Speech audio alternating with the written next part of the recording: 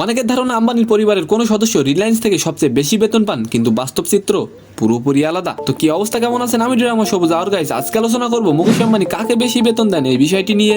ভারতীয় ধনকুব মুকেশ আম্বানির 8,33,215 কোটি রুপির বেশি সম্পদ রয়েছে। তার রিলায়েন্স ইন্ডাস্ট্রি ভারতের সবচেয়ে মূল্যবান কোম্পানি, যার বাজার মূল্য 17,63,000 কোটি রুপিরও বেশি।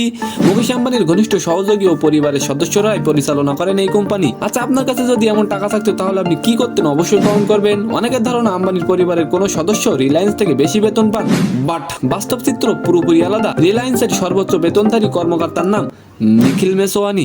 নিখিলের বর্তমান বেতন 24 কোটি রুপি। তবে মজার বিষয়টি হলো, নিখিলের বাবা রসিক ভাই মেসওয়ানি ছিলেন মুকেশ আম্বানির জীবনের প্রথম বস। রিলায়েন্সের মালিক মুকেশ আম্বানিকে ব্যবসায় নিয়ে আসেন তার বাবা ধীরুভাই আম্বানি। তখন মুকেশ আম্বানি কিছু জানতেন না। ওই অবস্থায় তাকে গড়ে পিটে নেন রসিক ভাই মেসওয়ানি। হাতে ধরে মুকেশকে সবকিছু শেখান তিনি। তো সম্মানিত দর্শক, আজকের ভিডিওটি কেমন লাগলো অবশ্যই কমেন্ট বক্সে জানাবেন। আর ভিডিওটি যদি ভালো লাগে অবশ্যই একটি লাইক দিয়ে আমাদের চ্যানেলটিকে সাবস্ক্রাইব করে দিবেন। ধন্যবাদ।